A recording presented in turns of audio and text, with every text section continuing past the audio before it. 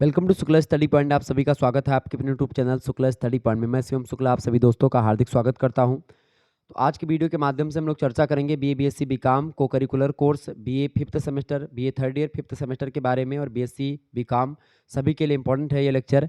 आपको बता दूं कि अगर आप बीए में हैं, बीएससी में हैं, बीकॉम में हैं, थर्ड ईयर में हैं, फिफ्थ सेमेस्टर में पहुंच चुके हैं, तो आपको एक को करिकुलर कोर्स के रूप में पढ़ना पड़ेगा जिसका नाम है analytic ability and digital awareness. Analytic ability and digital awareness को हिंदी में बोलते हैं क्या बोलते हैं भैया? एनालिटिक एबिलिटी को बोलते हैं विश्लेषण क्षमता एवं डिजिटल जागरूकता, पूरी की पूरी हिंदी। तो एक में आपको रीजनिंग पढ़ना है, एक में कंप्यूटर से रिलेटेड आपको जानकारी जाननी है। तो इससे पहले 4 लेक्चर कंप्यूटर वाले मैंने ऑलरेडी डिस्कस कर दिए थे और रीजनिंग वाले लगभग 5 से 6 वीडियो ऑलरेडी अवेलेबल हैं, तो उन वीडियोज़ को आप देखिए।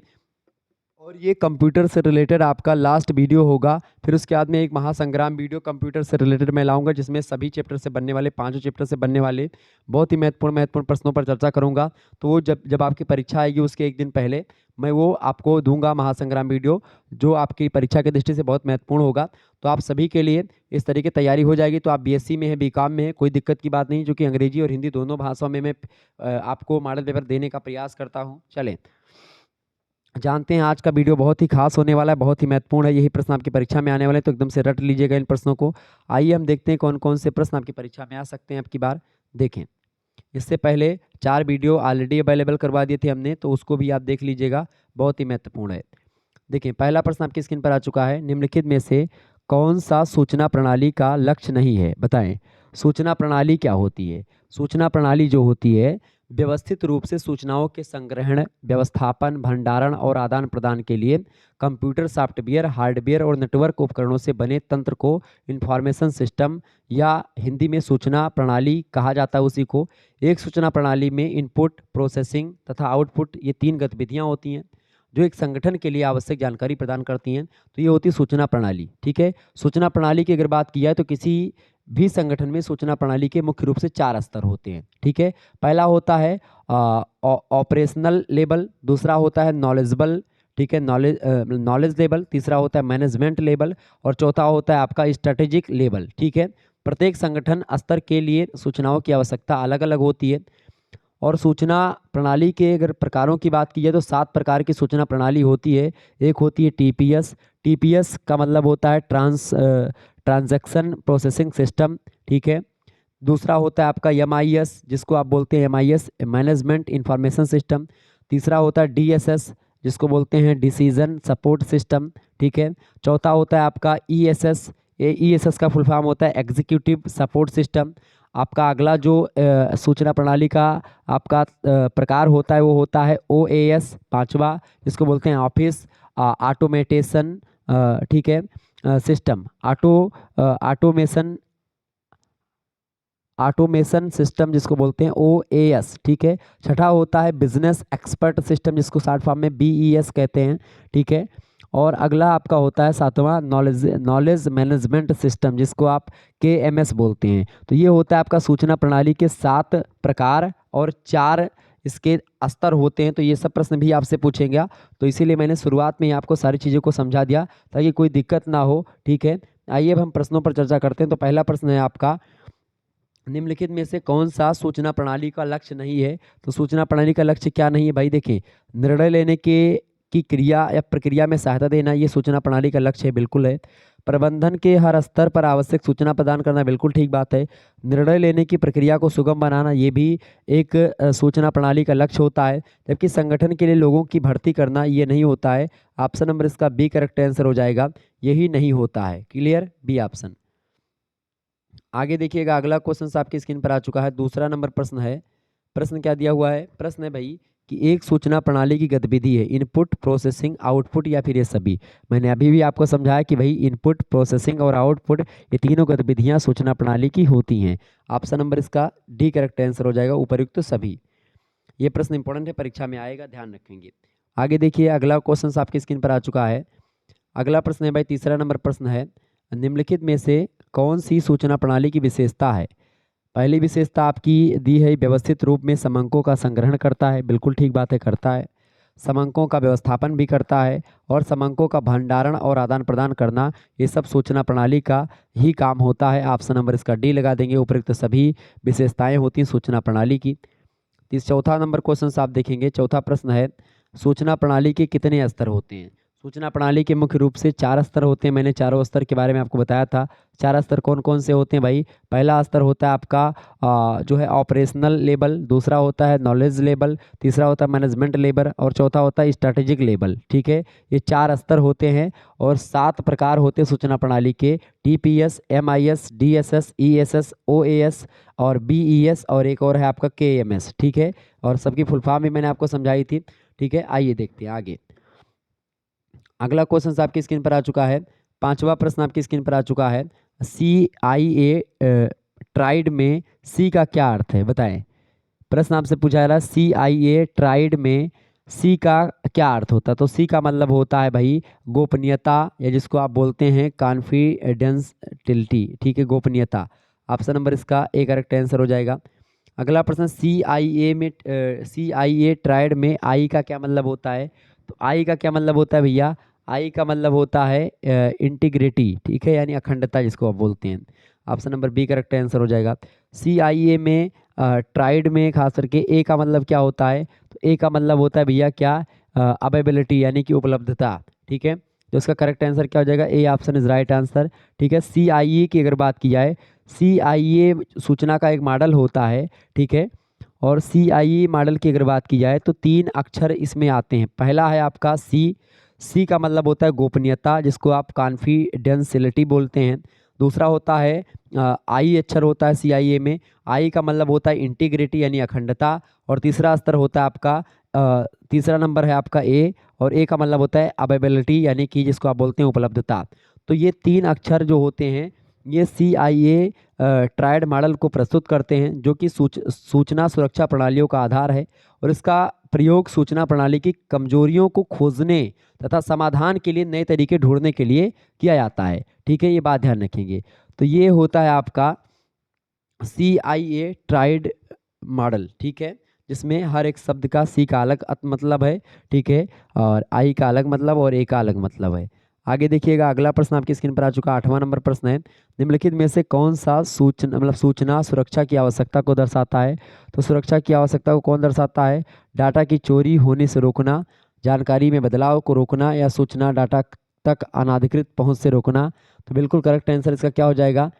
इसका करेक्ट आंसर हो जाएगा भाई, बिल्कुल आप सभी लोग सही सोच रहे हो, 8वें करेक्ट आंसर हो जाएगा ऑप्शन नंबर डी। बिल्कुल ये सभी आवश्यकताएं होती हैं, मैंने आपको बताई थी। जब विशेषता पूछी जाए, प्रकार पूछा जाए, आवश्यकता या लाभ हानि पूछी जाए, ठीक है, प्रभाव कारण पूछा जाए, परिणाम पूछा जाए, वहाँ पर अगर आपको उपयुक्त सभी ऑप्शन मिले तो हमेशा करेक्ट आंसर वही होता है। तो डी ऑप्शन बिल्कुल करेक्ट आंसर होगा आपका। 9वां नंबर क्वेश्चन आप देखेंगे, प्रश्न है 9 नंबर प्रश्न है, डैश फर्मवेयर संग्रहित होता है? बताएं। कैश मेमोरी में, या रैम में, या एक्सटर्नल मेमोरी में, या फिर रोम में? बताएं, करेक्ट आंसर क्या हो जाएगा? रैम रोम का मतलब मैंने फुल फॉर्म बता ही दिया था आपको। बताएं, प्रश्न इंपॉर्टेंट है। प्रश्न है कि फर्मवेयर संग्रहित होता है, तो फर्मवेयर जो होता है वो रोम में संग्रहित होता है। ऑप्शन नंबर इसका डी करेक्ट आंसर हो जाएगा। आगे देखिएगा, अगला क्वेश्चन है 10वां नंबर प्रश्न है, कौन दूसरे लोगों के कंप्यूटर सिस्टम में सेंध लगाता है और चोरी करता है और सूचनाओं को नष्ट कर देता है? हैकर्स, सॉफ्टवेयर, या हैक्टिविस्ट, या फिर स्क्रिप्ट किडीज? बताएं, करेक्ट आंसर क्या हो जाएगा? तो हैकर्स लोग जो होते हैं वो दूसरे लोगों के कंप्यूटर सिस्टम में सेंध लगाते हैं और चोरी करते हैं और सूचनाओं को नष्ट कर देते हैं। ऑप्शन नंबर इसका ए करेक्ट आंसर हो जाएगा, हैकर्स। नेक्स्ट क्वेश्चन आप देखिएगा, अगला प्रश्न आपकी स्क्रीन पर आ चुका है। 11वां नंबर क्वेश्चन है, डैश एक प्रकार का वायरस है जो न केवल फाइल से फाइल तक बल्कि कंप्यूटर से कंप्यूटर तक ईमेल और अन्य इंटरनेट ट्रैफिक के माध्यम से फैलता है। बताए, कंप्यूटर वायरस, वर्म, या फिर सेवा से इनकार हमला, या फिर उपरोक्त में से कोई नहीं? तो वर्म जो होता है क्या होता है भाई?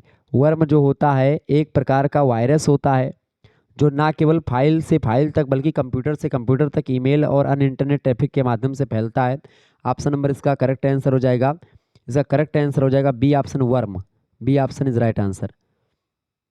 12 नंबर क्वेश्चन आप देखेंगे, प्रश्न है, एक वेबसाइट पर सेवा के लिए अनुरोधों की अधिकता जिससे कि वह धीमी हो जाती है या क्रैश हो जाती है, उसको क्या बोलते हैं? कंप्यूटर वायरस, वर्म या सेवा से इनकार, हमला या उपरोक्त में से कोई नहीं। करेक्ट आंसर इसका क्या हो जाएगा? 12वें करेक्ट आंसर क्या हो जाएगा? तो आपका जो सेवा से इनकार हमला है वो एक ऐसी वेबसाइट होती है, एक ऐसी वेबसाइट पर, या सेवा से इनकार हमला जो है एक वेबसाइट पर सेवा के लिए अनुरोधों की अधिकता जिससे कि वह धीमी हो जाती है और या क्रैश हो जाती है। तो इसका करेक्ट आंसर हो जाएगा सी ऑप्शन। आगे देखिएगा 13वां प्रश्न है, डैश कंप्यूटर पर संग्रहित जानकारी की एक प्रति बनाने की प्रक्रिया है, बैकअप, एंटीवायरस, फायरवॉल या फिर बायोमेट्रिक्स। तो बैकअप जो होता है वो क्या होता है? बैकअप कंप्यूटर पर संग्रहित जानकारी की एक प्रति बनाने की प्रक्रिया होती है। बैकअप जो होता है, option number A correct answer हो जाएगा। ठीक है, ये बैकअप मतलब होता है कि भाई जैसे आपका कोई कुछ हैक कर लिया, उसके बाद में बैकअप का एक आध दो ऑप्शन आपके पास होता है, तो आप दोबारा से अपनी चीज़ को अपने पा सकते हो। ठीक है, आगे देखिए 14 नंबर प्रश्न है, सॉफ्टवेयर वायरस का पता लगाता है या हटाता है? बताएं, सॉफ्टवेयर वायरस का पता लगाता है या हटाता है? बैकअप, एंटीवायरस, फायरवॉल या फिर बायोमेट्रिक्स। करेक्ट आंसर क्या हो जाएगा इसका? तो एंटीवायरस सॉफ्टवेयर वायरस का पता लगाता है और उसको हटाता है। Antivirus is right answer, option number B correct answer होगा। 15 नंबर क्वेश्चन आप देखेंगे, निम्न में से कौन सी एक फायरवॉल की विशेषता है? फायरवॉल की विशेषता इनमें से कौन सी एक विशेषता है? देखिए, फायरवॉल की विशेषता मैंने आपको बताया था, विशेषताएं, लाभ, हानि सब पूछा है तो हमेशा अगर उपयुक्त सभी ऑप्शन डी में दिया है तो करेक्ट आंसर हमेशा होता है। देख लेते हैं सही गलत है। तो देखिए, फायरवॉल की विशेषता की बात की तो पहली विशेषता होती है नेटवर्क में प्रवेश से पहले प्रत्येक संदेश की जांच करता है ये। दूसरी विशेषता है कि सभी चिन्हों के बिना नेटवर्क में प्रवेश करने से संदेशों को अवरुद्ध करता है। बिल्कुल ठीक बात है दोनों। इसके अलावा बिना अनुमोदन के इंटरनेट के साथ संचार करने वाले कंप्यूटरों का पता लगाता है। तो ये तीनों विशेषताएं फायरवॉल की ही हैं। ऑप्शन नंबर डी लगा देंगे, उपयुक्त सभी विशेषताएं फायरवॉल की हैं। 16 नंबर प्रश्न आप देखेंगे, अनचाही ईमेल को क्या कहते हैं? यानी जिस ईमेल को आप नहीं चाहते उसी ईमेल को आप स्पैम बोलते हैं। Option number B correct answer होगा। आगे देखिएगा 17 नंबर प्रश्न है, डैश सॉफ्टवेयर है जो आप सॉफ्टवेयर के अंदर छिपा हुआ नहीं चाहते हैं। ठीक है, बताएं, एडवियर या ट्रोजन या स्पाईवेयर या उपरोक्त सभी। तो एडवियर, ट्रोजन, स्पाईवेयर ये सब ऐसे सॉफ्टवेयर हैं जो आप सॉफ्टवेयर के अंदर छिपा हुआ नहीं चाहते हैं, क्योंकि ये सब घातक हो सकते हैं। तो ऑप्शन नंबर डी लगा देंगे, उपरोक्त सभी। 18वां नंबर प्रश्न है, कंप्यूटर संसाधनों को नुकसान पहुंचाएगा क्या? वर्म या वायरस, ट्रोजन या फिर ये सभी। देखिए, ट्रोजन, वायरस, वर्म ये सभी जो होते हैं ये आपके कंप्यूटर संसाधनों को नुकसान पहुंचाते हैं। ऑप्शन नंबर इसका डी लगा दें, करेक्ट आंसर हो जाएगा। आगे बढ़िए, फटाफट से आप वीडियो को लाइक और शेयर करते रहिएगा सभी लोग। चले, 19 नंबर क्वेश्चन आपकी स्क्रीन पर आ चुका है, इंस्क्रिप्शन के अध्ययन को डैश कहा जाता है? इंस्क्रिप्शन के अध्ययन को क्या कहते हैं भैया? डिस्क्रिप्शन या जो है क्रिप्टोग्राफी या फायरवॉल या उपरोक्त सभी। करेक्ट आंसर इसका क्या हो जाएगा? इंस्क्रिप्शन के अध्ययन को क्या कहते हैं? तो इंस्क्रिप्शन के अध्ययन को क्रिप्टोग्राफी बोलते हैं। ऑप्शन नंबर इसका बी करेक्ट आंसर हो जाएगा, क्रिप्टोग्राफी इज राइट आंसर। अगला प्रश्न आप देखेंगे, 20वां नंबर प्रश्न है, आम तौर पर वर्ड डॉक्यूमेंट्स में पाए जाने वाले वायरस को क्या कहते हैं? तो आमतौर पर वर्ड डॉक्यूमेंट में पाए जाने वाले जो वायरस होते हैं उन्हीं को मैक्रो बोलते हैं। ऑप्शन नंबर इसका ए करेक्ट आंसर होगा। आगे देखिएगा, अगला क्वेश्चन आपकी स्क्रीन पर आ चुका है, बहुत ही जबरदस्त प्रश्न। 21 नंबर प्रश्न है, वायरस जो वीवी और जावा फाइलों से जुड़े होते हैं उन्हें क्या कहते हैं? मैक्रो, ट्रोजन, स्क्रिप्ट वायरस या उपरोक्त में से कोई नहीं। तो इसका करेक्ट आंसर हो जाएगा script virus is right answer. Virus जो वीवी और जावा फाइलों से जुड़े होते हैं उन्हें स्क्रिप्ट वायरस कहते हैं। ऑप्शन नंबर इसका सी करेक्ट आंसर होगा। आगे देखिएगा, अगला प्रश्न है 22 नंबर प्रश्न, बड़ा महत्वपूर्ण है। प्रश्न है, वायरस डैश से फैलता है? मेल से, पेन ड्राइव और सीडी से या वेबसाइट से या उपरोक्त सभी से।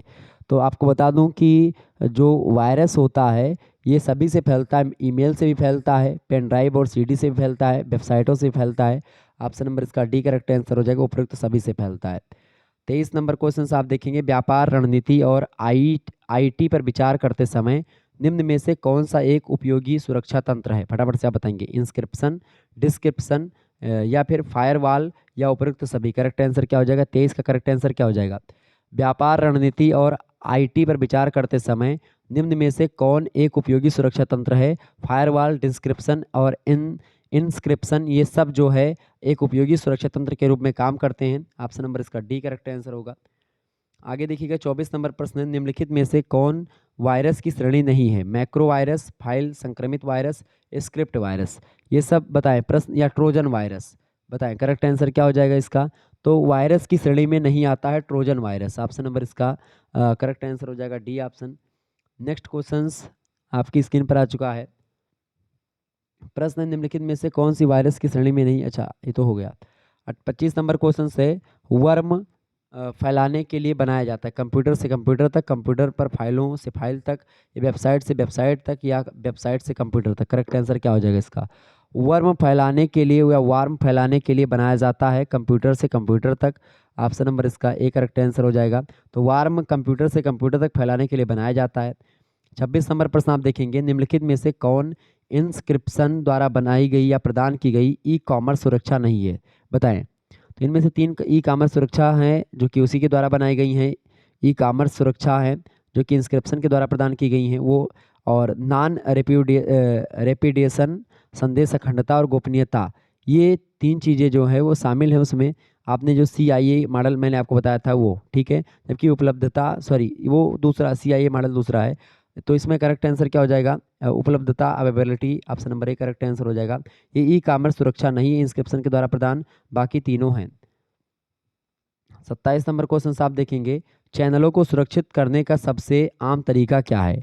तो चैनल को सुरक्षित करने का सबसे आम तरीका क्या होता है, सबसे आम तरीका होता है आपका, क्या होता है भैया, SSL, ठीक है। ऑप्शन नंबर इसका सी करेक्ट आंसर हो जाएगा। आगे देखिएगा, अगला क्वेश्चन आपकी स्क्रीन पर आ चुका है। 28 नंबर, फायरवॉल का निम्नलिखित में से कौन सा कार्य नहीं है। फायरवॉल का कार्य क्या नहीं है इनमें से भाई, देखें फायरवॉल का कार्य क्या होता है। देखिए, आप विश्वसनीय स्रोतों के संचार को रोकना, ये काम होता है फायरवॉल का। भरोसेमंद स्रोतों से संचार को रोकना ये नहीं होता है। वायरस और अन्य दुर्भावनापूर्ण हमलों को खत्म करना ये बिल्कुल होता है। पैकेट विशेषताओं के आधार पर ट्रैफिक को फिल्टर करता है, ये भी काम होता है इसका फायरवॉल का। तो इसका करेक्ट आंसर हो जाएगा, कौन सा कार्य नहीं है पूछा गया तो ऑप्शन नंबर बी लगा देंगे, भरोसेमंद स्रोतों से संचार को रोकना, ये इसका कार्य नहीं है, बाकी तीनों कार्य इसी के हैं फायरवॉल के।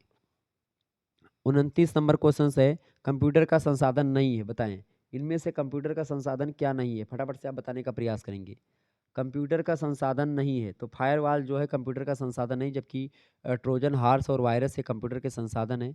फायरवॉल कंप्यूटर का संसाधन नहीं है। ऑप्शन नंबर इसका करेक्ट आंसर क्या हो जाएगा, A option is right answer. A option firewall is right answer. 30 number question है, निम्नलिखित में से कौन कंप्यूटर वायरस का एक उदाहरण नहीं है, बताएं। कंप्यूटर वायरस का एक उदाहरण इनमें से कौन सा नहीं है भाई, फटाफट से आप बताएंगे। कंप्यूटर वायरस का एक उदाहरण नहीं है, देखें चोरनोबिल, मोलिसा और आई लव यू, तो ये सब कंप्यूटर वायरस के उदाहरण हैं। इनमें से कोई नहीं, आप करेक्ट आंसर लगा दीजिएगा डी ऑप्शन। नेक्स्ट क्वेश्चन आप देखेंगे, 31 नंबर प्रश्न है, विशेष प्रकार के सॉफ्टवेयर हैं, सॉफ्टवेयर है जो कंप्यूटर वायरस के द्वारा हिट होने के जोखिमों को सीमित करता है, नेटवर्क, फायरवॉल, एंटीवायरस या फिर ये दोनों। तो इसका करेक्ट आंसर क्या हो जाएगा, एंटीवायरस इज राइट आंसर। 31 का करेक्ट आंसर हो जाएगा एंटीवायरस। नेक्स्ट क्वेश्चन आप देखेंगे, वह व्यक्ति जो लाभ, आपराधिक शरारत या व्यक्तिगत सुख के लिए कंप्यूटर नेटवर्क तक अनधिकृत पहुंच प्राप्त करता है उसको क्या बोलते हैं, हैकर या स्पूफर या ऑपरेटर, इनमें से कोई नहीं। तो इसको बोलते हैं हैकर्स, जो मतलब अनधिकृत रूप से किसी दूसरे के चैनल को हैक करता है, किसी दूसरे कंप्यूटर तक पहुंचता है। Option number A correct answer होगा।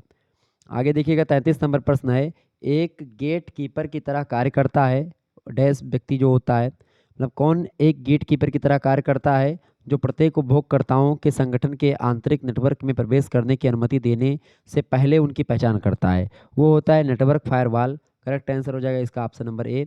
A option is right answer, ठीक है। 34 नंबर क्वेश्चन आप देखेंगे, स्थापित संगठनों की साइट की तरह दिखने वाली साइट पर का गैर कानूनी तरीके से बनाना क्या कहा जाता है। तो स्थापित संगठनों की साइट की तरह आप कोई दूसरे तरीके से कोई चीज़ बना लेते हैं या दूसरी साइट को बना लेते हैं, तो गैर कानूनी तरीके से उसको बोलते हैं स्पूफिंग, ठीक है। स्पूफिंग जो है एक प्रकार से आप किसी दूसरे की फाइल को अपनी साइट पर उसको बना लेते हैं, या फिर कॉपीराइट टाइप का जो होता है। 35 नंबर क्वेश्चन से, उपभोगकर्ता के सिस्टम में प्रवेश करके व्यक्तिगत जानकारी के लिए अपनी फाइल प्रणाली को स्कैन करना डैश के रूप में जाना जाता है, स्पूफिंग या फिर स्नूपिंग या इस जो है स्निफिंग, या इनमें से कोई नहीं। तो इसी को बोलते हैं स्नूपिंग, ठीक है। स्नूपिंग क्या है? उपभोगकर्ता के सिस्टम में प्रवेश करके व्यक्तिगत जानकारी के लिए अपनी फाइल प्रणाली को स्कैन करना, ये होता है स्नूपिंग। ठीक है, ऑप्शन नंबर इसका बी करेक्ट आंसर होगा। 36 नंबर प्रश्न है, अनाधिकृत उपभोगकर्ता या उपयोगकर्ता के लिए जानकारी को समझ ना पाने योग्य बनाने की क्रिया क्या कहलाती है? तो उसी को बोलते हैं cryptography. Option number D correct answer हो जाए, cryptography is right answer. 37 number question है, डैश इंस्क्रिप्शन की रिवर्स प्रक्रिया है क्या?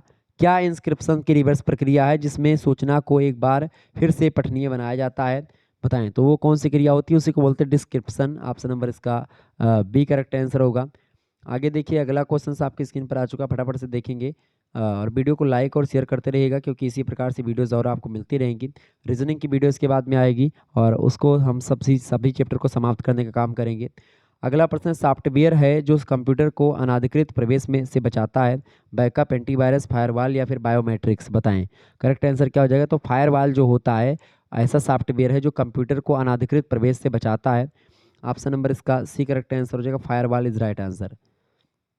39 नंबर प्रश्न है, भौतिक विशेषताओं का उपयोग जैसा कि आपके फिंगरप्रिंट, आपकी आंख की रेटिना में रक्त वाहिकाएं, आपकी आवाज़ या शायद सांस भी पहचान प्रदान करने के लिए होता है। बैकअप के लिए, एंटीवायरस के लिए, फायरवॉल या बायोमेट्रिक्स? बताएं तो ये होता है आपका बायोमेट्रिक्स होते हैं सब। ठीक है, आपकी फिंगरप्रिंट वगैरह, आंख की रेटिना, सब बायोमेट्रिक्स होते हैं। Option number B correct, D correct answer होगा। आगे देखेंगे 40 नंबर प्रश्न, निम्नलिखित में से सभी को बायोमेट्रिक्स माना जाता है? फिंगरप्रिंट, रेटिना और आवाज़, ये सब मतलब बायोमेट्रिक्स हैं, जबकि पासवर्ड जो होता है वो खुद क्रिएट करते हैं, बायोमेट्रिक्स नहीं होता। Option number C correct answer होगा। आगे देखिएगा, अगला प्रश्न है 41 नंबर, निम्नलिखित में से क्लाइंट लेवल पर कौन खतरा है? कौन सा खतरा है? तो बताएं, फटाफट से आप बताने का प्रयास करेंगे। क्लाइंट लेवल पर कौन सा खतरा है भाई? तो देखिए, दुर्भावनापूर्ण कोड और वायरस और सक्रिय सामग्री, ये सभी का खतरा जो है क्लाइंट लेवल पर बना रहता है। Option number D correct answer हो जाएगा, उपयुक्त सभी खतरा। आगे देखिए, अगला क्वेश्चन आपकी स्क्रीन पर आ चुका है, बढ़िया प्रश्न है। 42 नंबर प्रश्न है, कौन सी एक इंस्क्रिप्शन तकनीकी नहीं है? बताएं, RSA, DES या फिर AES या फिर FTP? मैंने आपको बताया था इंस्क्रिप्शन तकनीक इनमें से कौन सी नहीं भाई?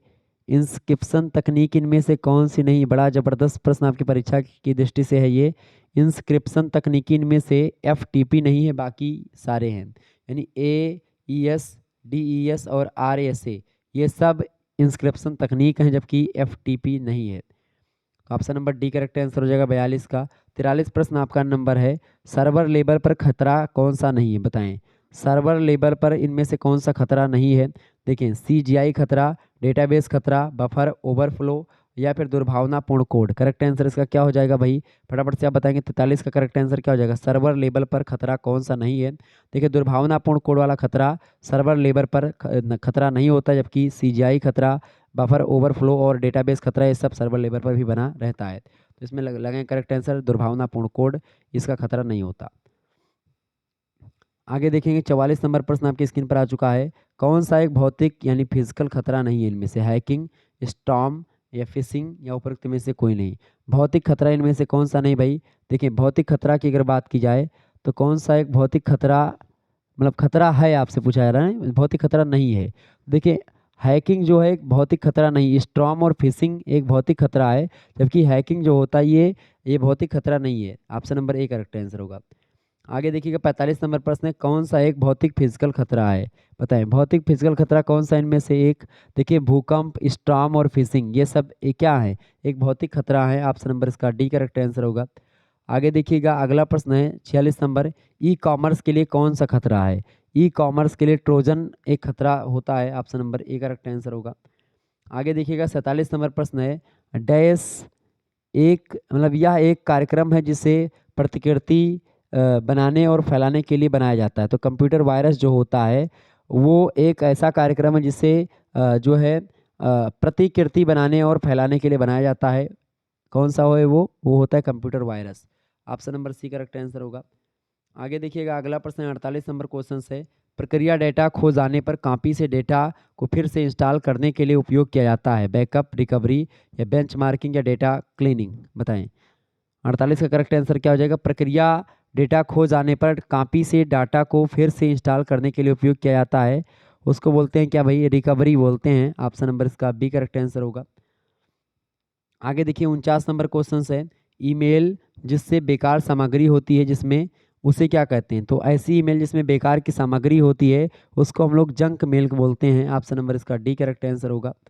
अगला क्वेश्चन है 50 नंबर, कुछ बेईमान लोगों द्वारा कंप्यूटर सिस्टम और उसमें बहुमूल्य जानकारी को नष्ट करने के लिए विकसित कार्यक्रम क्या होता है। नेटवर्क फायरवॉल, कंप्यूटर वायरस या उपरोक्त दोनों या इनमें से कोई नहीं। तो इसका करेक्ट आंसर क्या हो जाएगा, इसका करेक्ट आंसर हो जाएगा कंप्यूटर वायरस जो होता है ये कुछ बेईमान लोगों के द्वारा कंप्यूटर सिस्टम और उसमें बहुमूल्य जानकारी को नष्ट करने के लिए विकसित एक कार्यक्रम होता है कंप्यूटर वायरस का। ऑप्शन नंबर इसका बी करेक्ट आंसर होगा। आगे देखिएगा 51 नंबर प्रश्न है, किसी संदेश या दस्तावेज की सत्यता की जांच करने के लिए प्राप्तकर्ता बनाता है hash table, hash tag, hyper text या फिंगरप्रिंट, बताएं। तो किसी संदेश या दस्तावेज की सत्यता की जांच करने के लिए प्राप्तकर्ता जो होता है हैश टैग बनाता है। ऑप्शन नंबर इसका बी करेक्ट आंसर होगा। आगे देखिएगा 52 नंबर प्रश्न है, डिजिटल हस्ताक्षर के लिए आवश्यक है।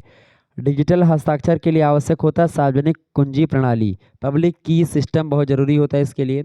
ऑप्शन नंबर इसका सी करेक्ट आंसर होगा। आगे देखिएगा 53 नंबर प्रश्न है, दो पक्षों के बीच एक सेशन सिमेट्रिक की का उपयोग किया जाता है, बताएं। तो दो पक्षों के बीच एक सेशन सिमेट्रिक की का उपयोग किया जाता है, उसका क्या मतलब कितनी बार किया जाता है। तो एक बार किया जाता है, केवल एक बार। Option number A correct answer होगा। आगे देखिएगा 54 नंबर क्वेश्चन आपकी स्क्रीन पर आ चुका है, ई कॉमर्स में दुर्भावनापूर्ण कोड खतरों में कौन सा शामिल नहीं है। तो ई कॉमर्स में दुर्भावनापूर्ण कोड खतरों में कौन सा शामिल नहीं है। देखिए कौन सा शामिल है आपसे पूछा गया है। देखें वायरस, वर्म और ट्रोजन हार्स ये सब शामिल होते हैं खतरे में। Option number D correct answer हो जाएगा। आगे देखिएगा लास्ट प्रश्न 55 नंबर प्रश्न है, स्विफ्ट का पूर्ण रूप क्या है। स्विफ्ट का पूर्ण रूप क्या होता है, स्विफ्ट का फुल फॉर्म, स्विफ्ट का फुल फॉर्म होता है society for world wide inter bank financial telecom. ठीक है, ये स्विफ्ट का फुल फॉर्म होता है क्या, society for world wide inter bank financial telecom, ये स्विफ्ट का पूर्ण रूप होता है। ऑप्शन नंबर इसका सी करेक्ट आंसर हो जाएगा। बहुत ही इंपॉर्टेंट प्रश्न है आपकी परीक्षा की दृष्टि से। तो ये सब प्रश्न आपके लगभग 55 प्रश्न आज की वीडियो के माध्यम से भी मैंने डिस्कस किए। तो इस तरीके से आप लोगों ने बहुत ही अच्छे तरीके से सारी चीज़ों को समझा, जाना। ठीक है, और बाकी हम लोग और चर्चा करेंगे, उसके लिए आप सभी लोग तैयार हो जाइए। फटाफट से वीडियो को लाइक और शेयर कर दीजिएगा ताकि इसी प्रकार से और भी चीज़ें आपको लगातार मैं देता रहूँ। ठीक है, मिलते हैं फिर नेक्स्ट वीडियो में, तब तक के लिए जय हिंद, जय भारत। आप सभी का बहुत बहुत धन्यवाद हमारे साथ जुड़ने के लिए। इसी प्रकार से अपना प्यार बनाए रखेंगे। लेकिन उससे पहले आपको और बताना चाहूँगा कि इससे पहले वाली जो वीडियो है इसको आप देख लीजिएगा, उसमें भी लगभग 50 से अधिक ऑब्जेक्टिव टाइप के प्रश्नों पर चर्चा हमने करी है। तो ये मॉडल पेपर देख लीजिएगा, बहुत महत्वपूर्ण है। ठीक है, इसके अलावा ये मॉडल पेपर आप देख लीजिएगा, बहुत महत्वपूर्ण है। इसके अलावा ये मॉडल पेपर आप देख लीजिएगा और इसके बाद में ये देख लीजिएगा। तो ये आप इतना अगर इतना देख लेंगे, 1 2 3 4 और आज वाला एक 5, ठीक है, इतना अगर आपने देख लिया तो लगभग आपका 50% जो है आपका ये को करिकुलर जो है एकदम से तैयार हो जाएगा। बाकी 50% के लिए आप 5-6 वीडियो और पड़ी हुई उनको देख लीजिएगा। रीजनिंग को लेकर के फिर से मैं एक आध दो वीडियो और बनाऊंगा, जो आपके बचे हुए हैं वो भी मैं करवा दूंगा। तो इस प्रकार से आपका पूरा का पूरा सिलेबस जो होगा आपका analytic ability and digital awareness का वो समाप्त हो जाएगा। चलिए फिर मिलते हैं हम नेक्स्ट वीडियो में, तब तक के लिए जय हिंद, जय भारत। आप सभी का बहुत बहुत धन्यवाद हमारे साथ जुड़ने के लिए। इसी प्रकार से अपना प्यार हमेशा बनाए रखेंगे। बहुत बहुत धन्यवाद आप सभी का, बहुत बहुत धन्यवाद।